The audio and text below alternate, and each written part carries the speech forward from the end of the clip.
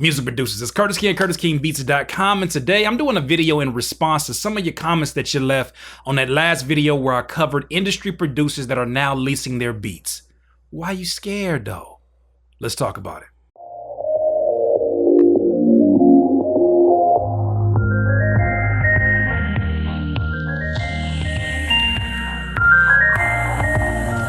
Music producers, a few days ago, I released a video where I was talking about industry producers that are now leasing their beats. Now, the website that I highlighted was License Lounge. I actually had an opportunity to speak with one of the creators of that website today, and basically we discussed the industries, we discussed what's going on right now. Now, when I put that video out, most of you felt the same way that I did. You were like, well, it's about time that you guys come to the side. However, there was a good amount of you that expressed a little bit of fear, a little bit of hesitation, a little bit of confusion about what would be the future of the beat leasing business if this were to happen. And at first I was like, what are you worried about? This is what we've been doing. We've been in this business. We shouldn't be worried about it. You should be excited about the opportunity that's coming up. But then I thought to myself and I said, man, if I was just starting to lease my beats, would I have had the same mentality that I have today seeing that kind of news? And so I said to myself, let me make a video to really help those producers who are feeling sort of that underdog syndrome is what I call it. For those of you that are feeling fear, you want to ask yourself, why are you feeling this fear? I know some of you were saying, well, if I make certain types of beats and then the producer who actually makes that beat starts putting beats out there for leasing, why will my customers need me? In response to that, I draw this example. Whenever my car breaks down, I know that I'm supposed to go to the dealership.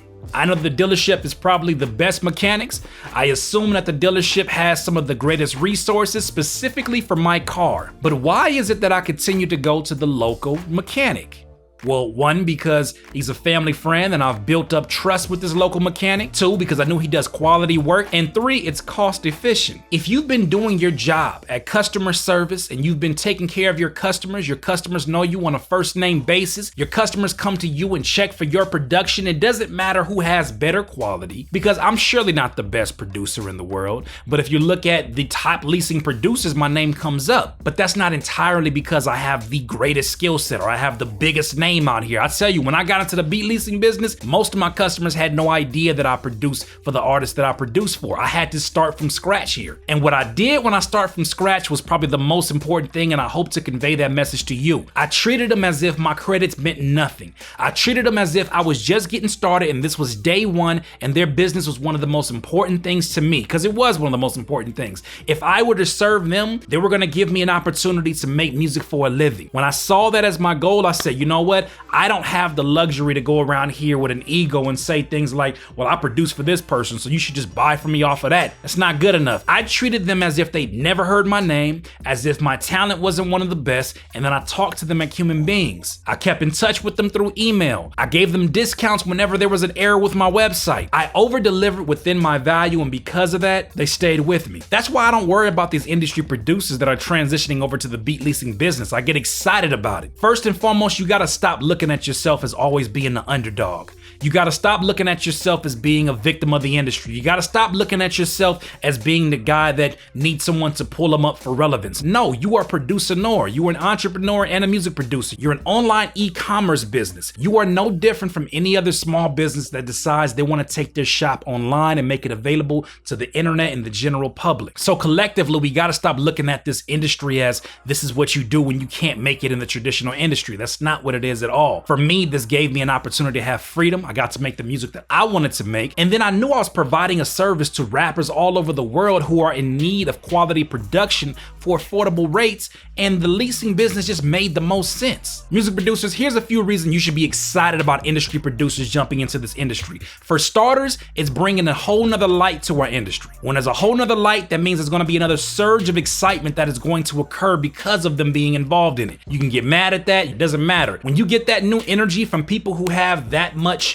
influence over an audience, there becomes a curiosity in this. Stop worrying about them possibly stealing your customers. Everybody has their own shop that they set up on the internet. Some people will like your beats and not like Arab music beats. It doesn't mean that either one of you are a better producer or a lesser producer. It just means that you're the best one for that particular customer. You gotta stop looking at it so basic and so linear. His money does not affect your money. You gotta stay on your grind. You gotta take care of your customers. I want you to get excited about this transition that these industry producers are making to leasing beats, because you know what it says? It says that we were on the right track to begin with. It says that we were trailblazers. It says that we were ahead of our time. And in being ahead of our time, when they were downplaying us and saying, oh, y'all are cheaper than the craft, nobody wants to buy beats no more because of you guys, you doing buy one, get 20 free. Look, I've only seen that one time in my whole life. So y'all gotta stop with the whole recycled stories and the recycled memes that you see up there. Ain't nobody putting up buy one, get 20 free. Not a whole bunch of people. And at the end of the day, let's talk about this too. Why does the business of one producer affect yours? In no shape or form do I ever see a producer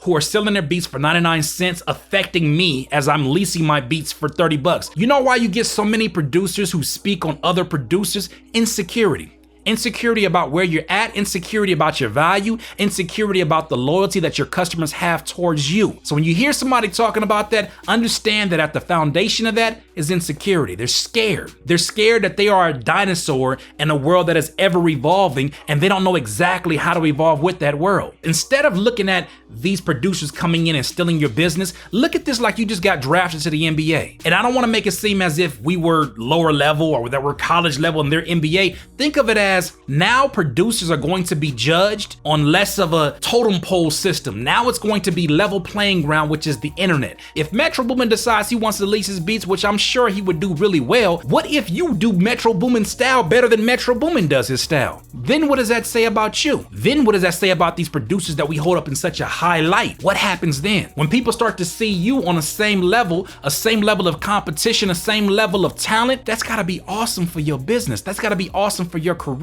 You can start up an audience off of this. Look, Curtis King is not a household name. Even in the scope of YouTube, many people say, oh, you don't have a big YouTube channel. I'm blessed to have the 60,000 folks that I got right now. Because you know what the great thing about them is that they show up, they're positive, they're encouraging, and y'all are the people who are really getting ready to change this industry. It's not gonna be just one man. It's gonna be you guys who are changing the ethics of this particular industry. I'm seeing it every day. We gotta stop worrying about these producers who are coming into this. They don't affect your business, man. Make your money. Do your business. Do your job. Speak to your customers. These are your customers that you earned. Keep in mind that when somebody is new to an environment, such as an industry producer is new to the environment of beat leasing, don't automatically think because they've had some notoriety and fame and they've had experience in that industry, it's going to translate to success in this industry. The ideas of what success is not just beat sales. If they're not building up a genuine appreciation from their customers, if customers are not saying, yo, man, I just got off the phone with whoop-de-whoop and man, he is such a cool person. If they're not having that kind of a relationship like I can have with my customers, it's not going to matter. But eventually they're going to have to transition. It's time for you to show them improve. It's time for you to put out your best work. It may be time for us to transition from the SEO marketing of type beats and go to whatever the next thing is. It may be time for us to evolve, and maybe we weren't going to be pushed to evolve until we started seeing them come in here and you started worrying about your pockets. If that's what it took, then that's what it took. But I'll tell you, you should be excited about what's happening right now because it is a shift that is going to affect this industry forever. So in response to the question of this video, should you worry? No, you shouldn't worry. You should be excited. Stop looking at yourself as the underdog. Start looking at yourself as a trailblazer, as the leaders that you are, and you have nothing to worry about. Everybody has a different need. Everybody has a different focus. What are you focusing on? Once again, this is Curtis King, CurtisKingBeats.com. Peace. Please subscribe to the channel below, Curtis King, CurtisKingBeats.com.